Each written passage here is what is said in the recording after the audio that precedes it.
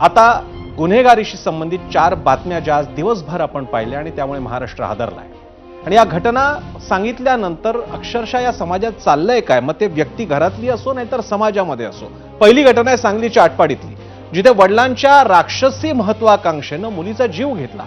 नीट परीक्षेत कमी गुण मिळाल्यामुळे वडिलांनी जाब विचारला. बाप लेकीत यामुळे भांडण झालं. वडिलांच्या अमानुष मारहाणीत या मुलीचा नंतर मृत्यू झाला. दुसरी घटना आहे मुंबईतली. 70 वर्षांच्या वृद्ध महिलेला त्वचेचा कॅन्सर झाला.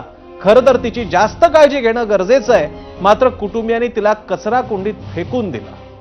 आणि चंद्रपुरात, म्हणजे बघा आधीच्या 2 घटनांमध्ये नातं आहे. चंद्रपुरात उधारीवर सिगरेट दिली नाही म्हणून अल्पवयीन मुलानं महिलेची हत्या करून टाकली.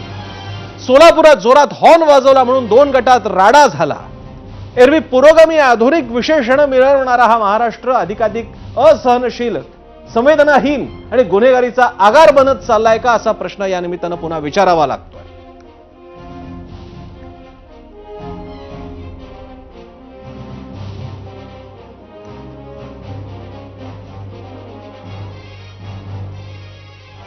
आणि याबद्दल आपल्या 2 खास पाहुण्यांकडे जाण्यापूर्वी मीडिया सेंटरमधून बघूयात की या गुन्हेगारी प्रवृत्तीच्या मागे नेमकं दडलंय काय, महाराष्ट्रात चाललंय काय, काय सांगते आकडेवारी, काय आहेत मुद्दे.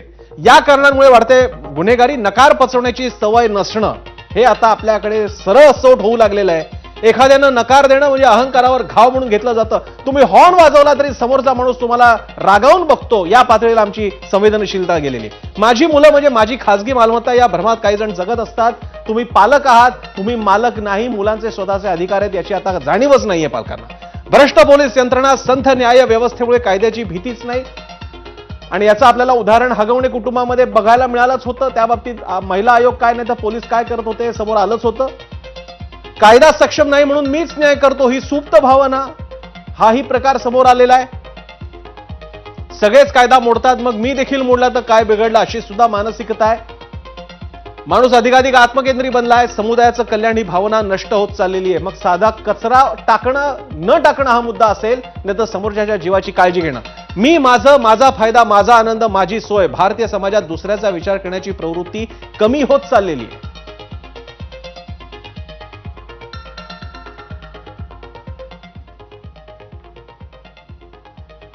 आणि याबद्दल बोलण्यासाठी आपल्यासोबत आहेत सामाजिक कार्यकर्त्या आशा मिरगे आणि काहीच क्षणात आपल्यासोबत प्रसिद्ध अभिनेता आणि ज्यानं आपल्याला खळखळवून हसवलं आणि त्याचप्रमाणे अधांतर सारख्या नाटकातून अजरामर भूमिका सुद्धा केली, प्रचंड प्रसिद्ध झालेली भूमिका केली, ते भरत जाधव काही क्षणात आपल्यासोबत असतील. कारण शिक्षणाच्या आयचा घो या चित्रपटामध्ये त्यांचं केलेलं काम, वडिलांचं काम प्रचंड नावाजलेलं होतं. आणि याच्यातला आजच्या 3 विषयातला एक विषय हा शिक्षणाचा सुद्धा. पहिल्यांदा मी मिरगेंकडे जातो. मिरगेताई, या 4ही घटना मी तुमच्यासमोर मांडलेल्या आहेत आणि या घटनांसारख्या घटना यापूर्वी सुद्धा घडलेल्या आहेत, या काही नव्या नाही आहेत.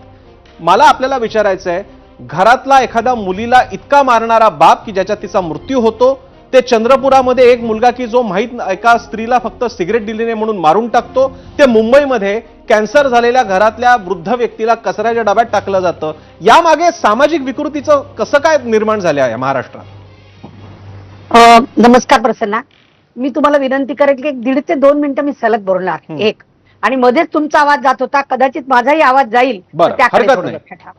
हा, तर महत्वाचं खरंच दिवसभर झाले आपण हे पाहतोय, मन सुन्न करून टाकणाऱ्या, असंवेदनशील समाजाकडे वळणाऱ्या. आणि आता तुम्ही जी कारणं वाचलीत की संथ न्याय व्यवस्था आणि निष्क्रिय वरिष्ठ पोलीस हे वगैरे वगैरे, ते सगळ्यासोबतच एक गोष्ट अजून मोठी होत आहे की मी पैशाने काहीही करू शकतो आणि तो पैसा शॉर्टकट घेऊन मी कसाही मिळवू शकतो. काल परवा सायकलवर आलेला कार्यकर्ता रप रप रप 80-50 100 लाख 1 करोडचा घर बांधून ते अमकी फॉर्च्युनर आणि टमकी घेऊन मोकळा होतो आणि नंतर त्यात बसल्यानंतर तो पैसा कमवणं सोपं आहे, तो पचवणं कठीण आहे. त्याच्यासोबत येणारा अहंकार पचवणं कठीण आहे. हे त्यातलं खरं कारण आहे असं मला वाटतं. आता मी जे खरं बोलणार आहे, परिस्थितीबद्दल बोलणार आहे आणि नंतर आपण उपायाबद्दल पण बोलू. एका माझ्या कवयित्री मैत्रिणीची चारोळी होती. 10 वर्ष अगोदरपासून मी ती भाषणांमध्ये सांगते की प्रत्येक महिला चितेवर धडधडताना काय म्हणत असेल, सरणावर धडधडताना बस इतुके कळले होते, मरणाने केले मुक्त, जगण्याने छळले होते. आज ही गोष्ट पावलोपावली गर्भापासून सरणापर्यंत आमच्यावर होणारे जे असंख्य अत्याचार आहेत, मग ज्याच्यात स्त्रीभ्रूण हत्या आहे, जेंडर इनइक्वालिटी घरात आहे. तुमच्या पुण्या मुंबईकडे खूप सोपं आहे. इकडे तर मुलीला कुठे टाकायचं? जिल्हा परिषद किंवा नगरपालिकेच्या शाळेत बिना फीची, आणि मुलाला कुठे टाकायचं? फीच्या शाळेत. 12वी झाली, तुला डॉक्टर व्हायचंय, तुला इंजिनियर व्हायचंय, मेरिटचे मार्क मिळाले तर ठीक, कारण तुझ्या बाजूला तुझ्या मागत आलेला तुझा भाऊ जो आहे त्याला जर मार्क मिळाले नाही तर पैसे खर्च करून त्याला प्रायव्हेट कॉलेजमध्ये टाकायचं आहे. ही शोकांतिका घराघरात आहे. त्या बेदाण्याचे आणि ड्रायफ्रुट्सचे भरणारे लाडू, त्याची साईज सुद्धा वेगवेगळी असते, मुलांसाठी वेगळी आणि लेकी सुनांसाठी वेगळी. हे सुद्धा श्रीमंत घरांमध्ये, गरिबांमध्ये पाहिलं तर चालते, पण श्रीमंत घरांमध्ये पाहिलं जाते. हुंडाबळी, वैष्णवीचं प्रकरण आपण पाहतोच आहे. इव्ह टीझिंग, कौटुंबिक हिंसाचार, त्यात तिला ताडण आहे, प्रताडण आहे, घरातला बलात्कार आहे, लैंगिक अत्याचार आहे, जेव न घालणे आहे, आर्थिक अत्याचार आहे, सगळंच आहे. कामाच्या ठिकाणी सुद्धा ती सेफ नाही. मोलेस्टेशन रस्त्यावर जाता येता आहेच आहे. याशिवाय सिनियर सिटीजन्सचे काय हाल आहेत आज त्या मुलीचे आले. जी महिला त्या घरात नवऱ्याची बायको म्हणून, राणी म्हणून राज्य केलं असते, नवरा गेल्याबरोबर बापाची इस्टेट मला मिळाली आहे, तू कोण ग असं म्हणून ती त्या घरात नोकरानी, किंवा आत्ताच महेश मांजरेकरांचा पिक्चर आला असं जुन्या फर्निचर सारखी, किंवा नोकरीवाली सून असेल तर तिला आयाची जागा मिळते. हे दुर्दैव घराघरांमध्ये, स्पेसिफिकली आजच्या सगळ्या प्रकरणांमध्ये गरीब नाही, middle class, upper middle class असे लोक आहेत, सुखवस्तू घराण्यातले लोक आहेत.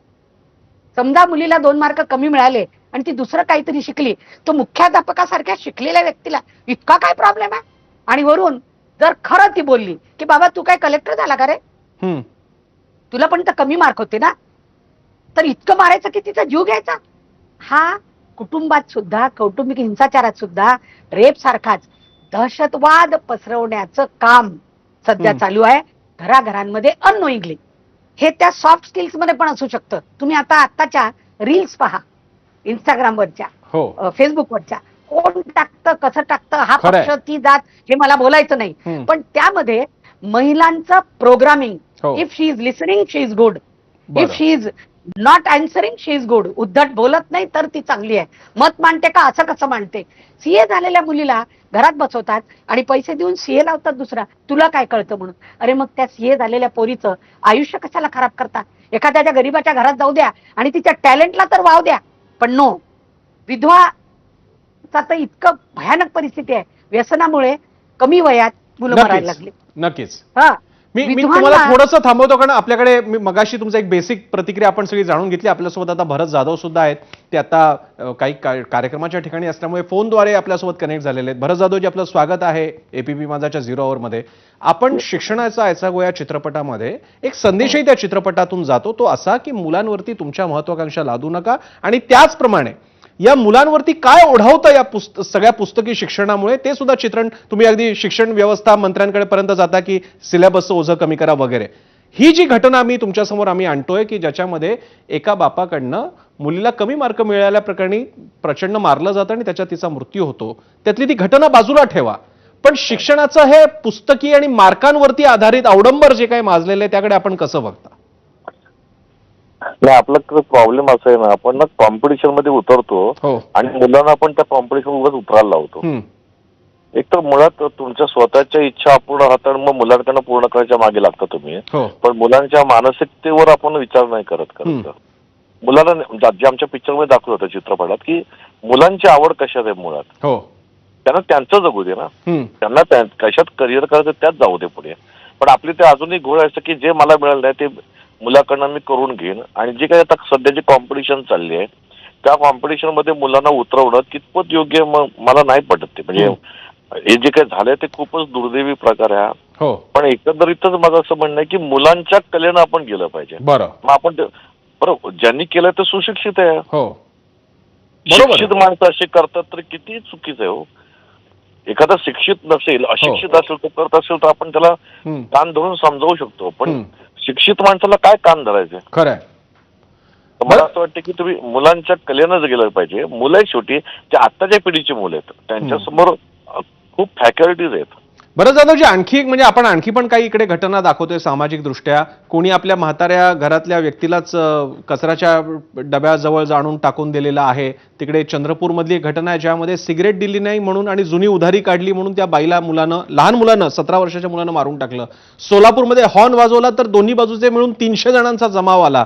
व्यक्तीपासून जनतेपर्यंत, समाजापर्यंत ही एवढी अस्वस्थता काय तयार झाली? एवढा टॉलरन्स सहन करणं, वेदना सहन करणं असेल, सांभाळून घेणं असेल, हा माणसामध्ये ठहराव का बाजूलाच गेलेला? काय वाटतंय, निरीक्षण काय तुमचं? कळत नाही पण मला असं वाटतं की आम्ही नेहमी म्हणतो की संस्कार महत्वाचे आहेत.